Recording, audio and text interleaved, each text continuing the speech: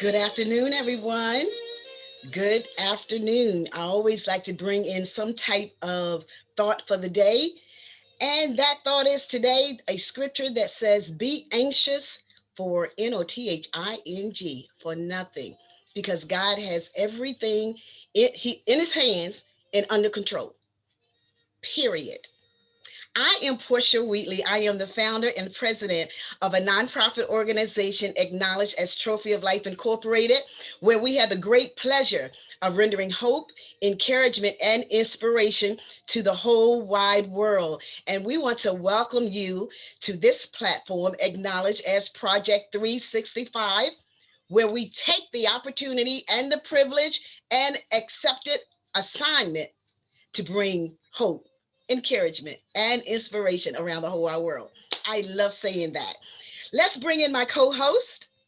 Hello, everyone. I am Takara Swan, and I am so happy to be here today. Is today Friday? This beautiful Yes. Friday. You guys, you've made it through the week, so let's be happy about that. We have an amazing guest today who's going to share on a very, very important topic. So I'm excited about that. And before we get started, I just want to remind our viewers to please go to our YouTube page and subscribe. Please share and comment. You are a part of our global team, and we want to take this wonderful message of hope, encouragement, and inspiration across the world. And we can't do it without you. We cannot do it without you. We cannot. Well, today, as Sakura has said, we have a really great guest for you to present, to send forth a great message of hope, encouragement, and inspiration. We're going to talk today about it's going to be several things, really. But the topic, one of the topics is because this month is, what is that? Physical assault, sexual assault. Yeah. So that topic is very sensitive. It is more prevalent than you think, and in places that you would never think of. But we're going to address it today. Remember, I said on this particular platform, we talk about everything because somewhere in the earth, on this earth, there is someone that's experiencing that very thing. So we're going to talk about it. Our guest today is Miss LaQuisha Hall. She is a proud educator, a mentor, a survivor, and a very powerful voice in the earth. And we're so grateful to have her. Welcome, LaQuisha. We really are happy that you accepted our invitation to come. Welcome. Thank you so much, Portia and Takira. Y'all are so awesome. We do this together. I tell you what, this is your platform. Go for it, sis. Well, first, I just want to thank you for hosting me during Sexual Assault Awareness Month. This month in October, which is Domestic Violence Awareness Month, are 2 months where I am the busiest, and with good reason. I'm a survivor of both, and I think it's important for people who have gone on a healing journey and been successful to show what that looks like for people who might not know, who might not see it enough.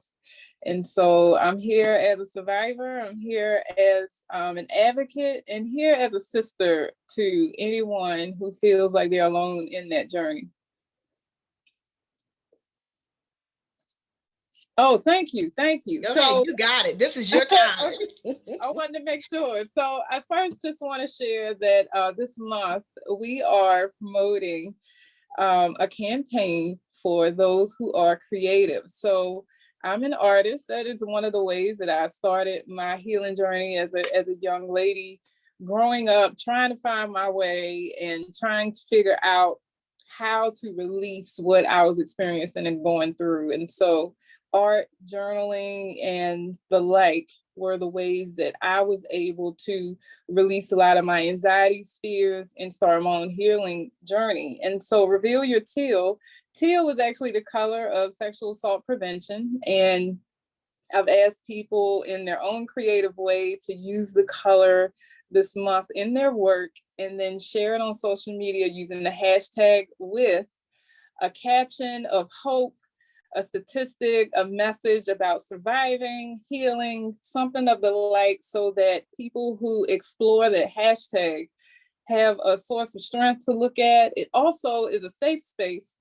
Most people will reach out to a resource like RAIN or the National Sexual Violence Resource Center, and they don't feel comfortable going to those sites because, you know, if an abuser looks through their history or catches them on those sites, it could cause them further harm. And so looking through a hashtag on social media is an alternative way for them to get the message that they need as well as the resources that they need. And so I'm very honored and proud to be the catalyst for this. And I'm very grateful for all the people who have joined in on this journey. I lead a Facebook group called Confident Canvas, which is my artist account. And I also host it on Instagram as well. But in my Facebook group, people who are interested in art journaling, Bible journaling, or any kind of visual type of art, I have reached out to sponsors to collect printables that feature images that have the color teal so that people don't have to go out and buy things or look for things to promote this. I have asked them to give it freely so that it is free to the public intentionally, so that I want people to spread awareness. I don't want them to have any kind of pushback or hold up. And so we've provided what they need. They just need access to a printer and some scissors and glue.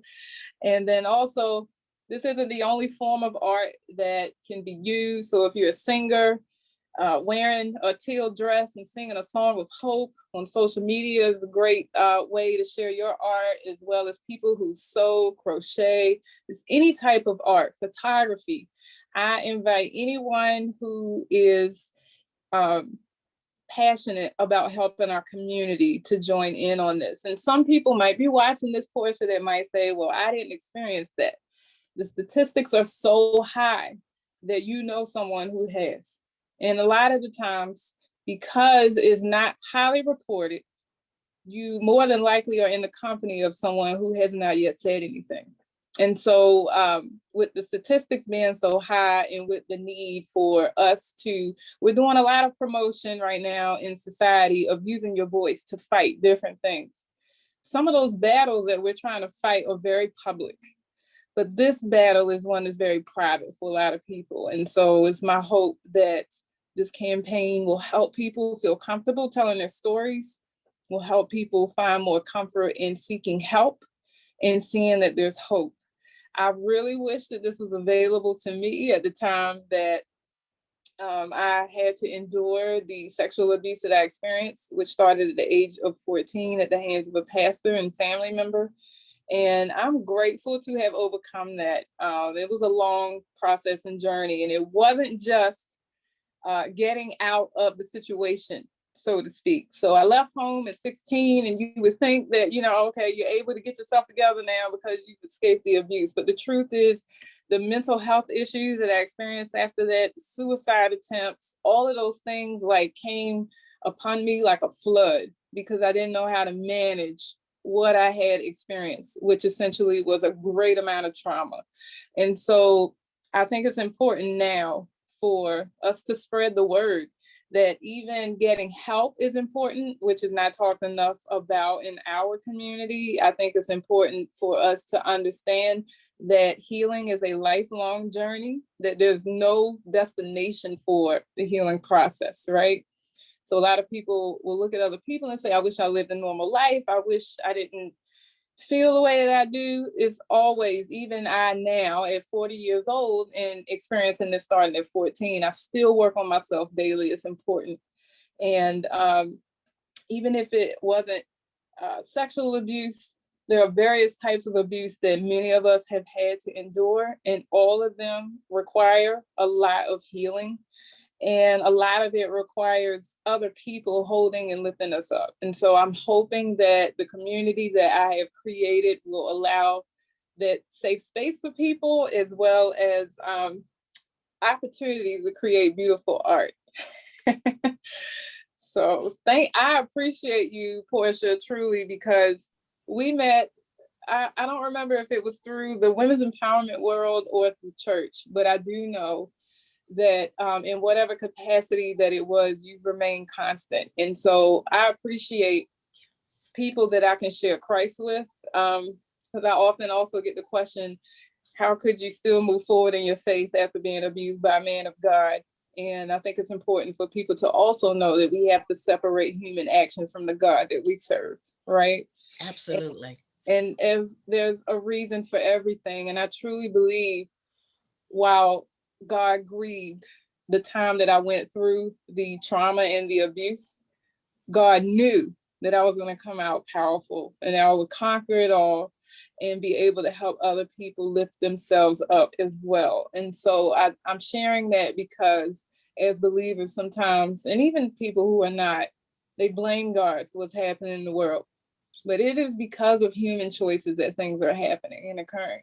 But it is also humans who can remind the people who exist that God is still in the business of healing, of delivering, of saving, of hope. He is still in that business. He has not left that position. And I am a living testimony of that. And so I'm so grateful for you for also reminding me that in those moments that I needed. Wow. You're such a testimony. But the thing is, in my head, I'm thinking, okay, devil, you did that. Now look at me now. Or you did that, and I'm going to be a powerful author. I'm going to be a powerful educator. I'm going to be a. This is what came out of that. So, Yes. and you could have been bitter, very bitter, and not have done or accomplished any of those things. My question to you, how did you, during the time of Mr. Pastor, let's say that man, um, during that time of abuse, did you have to see him again afterwards and afterwards? I saw him consistently and repeatedly on a schedule for 2 years of my childhood. And so, and I say childhood because it happened between the ages of 14 to 16 years old. Our brains are not fully developed at that time. And I've taught children that age, right? And so even in interacting with them and considering myself, I clearly wasn't in a space where I could make any kind of adult decision, right? And then also I had low self-esteem from being teased in school and just very low self-worth. And to be transparent, that is what I believe he preyed on, Mm-hmm, right? So he mm-hmm, saw that I didn't see a mm-hmm. lot in myself. And so he used that opportunity to groom me into believing that he was on my side and that he saw this beauty in me that I didn't see in myself, right? And so those are signs that people can be on the lookout for. If you feel that someone is paying your child or someone younger than them a little extra attention than they should, right? It's important to investigate that or monitor it. Um, Definitely. More often than not, there is something else behind that. And it doesn't surface sometimes until much later in life. And I'm trying to prevent that as much as possible. Absolutely. And then, back nowadays, some parents allow children or really little children to be passed from here to Mhm. there, especially like in a congregation or something. Can you hold my baby? No. Can you hold my baby? No. No, you Mhm. don't know what that spirit of that person is or what they're doing when they're holding your Yeah. child. Now, question for you as well, because I want to get some of this out. We can't be quiet about this. We really Mhm. can't be quiet about this. Was that man still preaching and all that? Absolutely. So And that that, let us know again that gifts come without repentance. They can have the absolutely. charisma and all of that, but it's up to us to have our own relationship. Okay, I feel Mhm. myself. I feel myself. Let me calm it down. Let me calm it down. No, you know what, Portia, the passion that just rose up in you is what I'm trying to help rise up in others, right? And so we are quick to judge other people, and we're seeing it a lot in a whole lot of different ways, right? And even in so we wrongfully judge some groups of people, and then we um, ignorantly, and I mean that meaning lacking the intelligence, judging others, right? And so you'll see what we call a man of God and automatically think he makes no mistakes. And then if he does, we're extremely quick to forgive them, but not our fellow man, right? And so it's just an unbalanced situation, and it happens a lot within Christianity. So I'm not even talking about people who aren't Christians, but like Absolutely. one of the reasons why I was afraid to come forward is because there were Christians around me who would not have accepted my story because they believed in him so much as an individual, right? And the person or what we should believe in is God, not people, right? And so when we get to a point where we truly see God where we're supposed to, God will reveal to us who those people are that we should follow. We only Absolutely. follow these people, not worship them, right? And so yeah, I've definitely gotten to that point in my personal life. Good. Would you just speak briefly on forgiveness? Because you had to forgive the man. Yes. And before I could forgive him, I had to forgive myself. I held a lot of, um, I guess I'll say, hatred towards myself for not speaking up sooner, for allowing it to happen, for a whole lot of different reasons. I was mad at myself. And in order to give something, you got to possess it, right? And so I had to forgive myself. Forgiveness of me looked like allowing myself to be loved, allowing my voice to be heard, not being ashamed of who I was. And once I got to that place, I'll be honest with you, Portia. I told you that this started when I was 14, ended when I was 16. I'll tell you that I didn't truly start healing fully, and the forgiveness didn't really kick in for myself until my early 20s.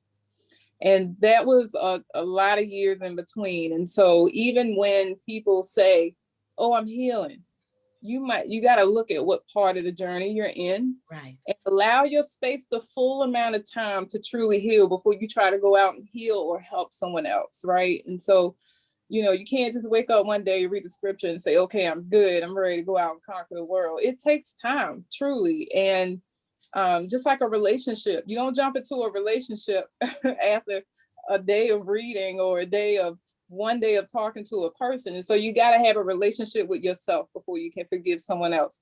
Then you have to have that relationship with God before you can forgive someone else. And what does forgiveness look like of other people? It is not any longer holding on to the anger that you had towards them for what they had done, right? So it doesn't mean that if I were to ever see him again that I wouldn't remember, but it means that I'm not going to be angry when I see him, right? And that I'm also reminded that he is still a soul that God created that can also still be saved. And that's something that I keep in the back of my mind while I was disappointed in how the outcome was, where, there's still a lot of trauma within my family regarding that. But I'm in a place now where if I were to see him today, I could say hello and keep moving on with my life because I know that God has positioned me where he wants me to be. That is a pure spoken life, heart, love, all of that. I'm telling you, it is. It is. Thank you, Lord, for chilling out on me, really, because I think about how adults sometimes not maybe invade the space of children or Mm-hmm. take advantage of them, knowing that they need a positive voice in their lives. Mm-hmm. But I thank you. Thank you so very much for being transparent. Thank you for sharing. And I know there are so many other things that you do. Tap it, give us a few things that you do. You do so much.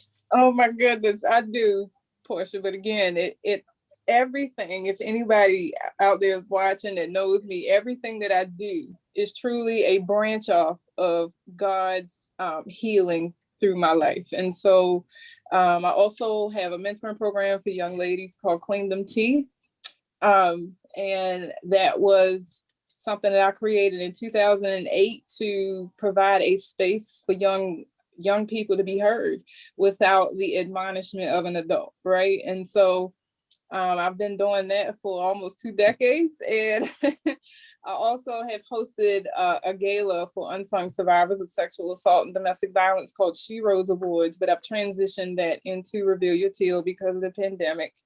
And I I just do what I can to share words of hope and encouragement, even outside of what I host and lead. I'm an educator in Baltimore City. I try to spread the word even there about healing and beyond education, right? And so I've talked about this with my scholars in my classroom, who I'm very proud of. And, I think a lot of what I've done, even outside of what we're talking about today, God has in his own way shown me that you're on the right path. You're doing what I've called you to do, because I won Teacher of the Year in Baltimore City 16 years into my career.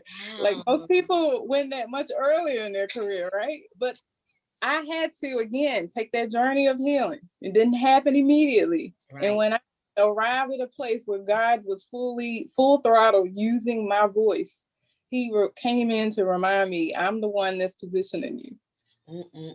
Because when I tell y'all, I was an unlikely candidate to win Teacher of the Year, because I'm so crazy, y'all. I'm real calm today, but usually I'm all loud and laughing, doing something silly. And I just knew those polished educational leaders weren't going to pick me, but here I am. It's life, girl. Don't change now. Don't change now. If anything, change for the better. But I tell you, that is excellent. I just, my last statement before I turn it over to Takira is, in all of that, which contributed to who you are today, a stigma could be attached to you. But I wanted people to know, I want the audience to know, there's nothing wrong with therapy as well. Absolutely. There's something, I don't know, well, back in the day when someone talked about you had to go to see the shrink or the psychologist, psychiatrist, the therapist, all those pisses. So, but anyway, sorry about that. There's nothing wrong with that. We need that. I was speaking to someone, they were talking about when they get their check, they pay their tithes, their offerings, and their therapists. So those is just needed and necessary. So I just wanted people to know that if you think you need it, just go get it. Bump what people say. They're not you. They have not walked in your shoes. So, and then you can just let out what's in you. Life, love, light, all of that. That's so good. Woo! Thank you. Thank you so much. Well, I think you are truly amazing, and I just really love your energy and the light that you exude and that you bring. So one thing before we end, I do want you to give your information. But before you do that, I just want to encourage our viewers to really, really share this video. Like she said, you never know who has been affected by this, who's going through it right now, and who's trying to heal from it. And just one thing I just want to reiterate that she said, that, healing is a lifelong journey. So if you are in your healing process with any type of abuse, especially sexual abuse, don't be so hard on yourself. Absolutely. Because things, you can think you're doing fine, and maybe you might see or hear like a trigger, and it just brings back all those memories and hurt or shame or feelings of what you were going through. But that's okay. That's all a part of the healing process. And she really hit the head on the nail when she said, or the nail, what is it? Nail on the head. Nail on the head. You're good. There you go. Nail on the head. When she said that, you really have to establish a relationship with yourself. And right now, especially with the times that we are in, and self-care is so prevalent now, where self-care really wasn't a popular thing, back in the day or a couple of years ago. This is a perfect time to develop a relationship with yourself. Get to know yourself, realize where you are in your healing journey. And even if you're in the part of your journey where you're not ready to talk about things, you're not ready to think about it, that's completely fine. We just want to encourage you not to stay in that phase of, pushing things under the rug or not thinking about it, because that's when it comes up in different areas of your life. And it may not be, in a very pretty or convenient way, So we are all about our personal health, our mental health, our spiritual and physical health. And that journey is so important, and it can be done. This is a person who has been through it. She survived, and she is just radiating, so if you're at that point, you're like, man, because you can see people doing well, you're like, man, that's not me. I can't get there, because you just feel so hopeless, and you don't see the light at the end of the tunnel. It Yep. can be you. Healing is possible. Forgiveness is possible. So I just wanted to emphasize that, and I just love the fact that you incorporate creativity in your work, in your process. Like, I am a fellow artist myself. Oh, Design and yeah. architecture is my thing, so I love like painting and just making things and working with my hands. And guys, that is such a stress reliever. Even if you feel like you're not artistic, just give it a try, and don't be hard on Yeah. yourself. Just do anything creative to create that outlet. And my last point is, we've said it before in here, we have to normalize, getting help, getting mental help. And that, it's not, let's not create this whole big stigma that we've always had. Like, let's go to, let's go towards the path of progression. Like, just like you work out to, make your body fit, people who are believers in their faith, any faith, you may study your word, or you may do certain things to enhance your faith walk. It's the same thing with mental health. It's a part of Yeah. you. And when you have a peer together, everything else will flow. And it's just always good to be able to talk to someone that is trustworthy, legally. Like, they can't tell your business, just to get those things out, whatever type of abuse that you've been through, or anything that you've been through. We just need to normalize going through, having therapy, being able to voice your concerns and opinions of what you've been going through, because that starts the healing process. So I just want to thank you so much for coming on our broadcast. We have to have you on here again. Like, I just, when pandemic is over, we need to like have an event or something creative, something fun, to bring awareness and just have an outlet. I just can't wait for that moment. So before we go, if you could please just give us how we can contact you on Instagram or Facebook, your other platforms. Absolutely. And thank you both so much. This means a lot to me. I'm trying to spread the word, and these people coming forward and saying, I got your back, that means a lot to me. But if they are looking for the artistic creative part of what we're doing through Reveal Your Teal, they can find me at Confident Canvas on all social media platforms. And if you're interested in what I do in education, I'm at Mrs. Hall Scholars on all social media platforms again. And so I'm just grateful to be here. I do want to emphasize it's important to listen to children. Sometimes we dismiss what they share because they're young. It's important to allow them to have a voice so that when they need to raise it, they will with you, right? And then also it's important for us to react when we hear these stories in the way that we should. So telling a survivor that they're not alone, that you believe them, that you love them, that you will be there for them. Those are all important phrases to use. It is not okay to go off on the deep end and talk about how you're going to go out and kill the person who hurt them and all of that. They need you in that moment, and they were without voice for so long. It's important for you to hear them fully. Yes, that is so important. So important. That is wonderful. This has been awesome. And I'm so grateful to God first. Then I'm grateful to you for coming and sharing, to let them know that uh, there is life afterwards. Yes. There is life Absolutely. afterwards. And when you accept, now I like the one thing in particular, you said when you see the gentleman again, because you've forgiven him, you can forgive. You know how they say forgive and forget? You may Mhm. not forget it, but you've forgiven. And that Yeah. experience doesn't have control over your life. Yes. Absolutely. Well, we But say to I know God, who does. I'm sorry, say it again. I said, I know who does have control over my life, and I'm grateful for that.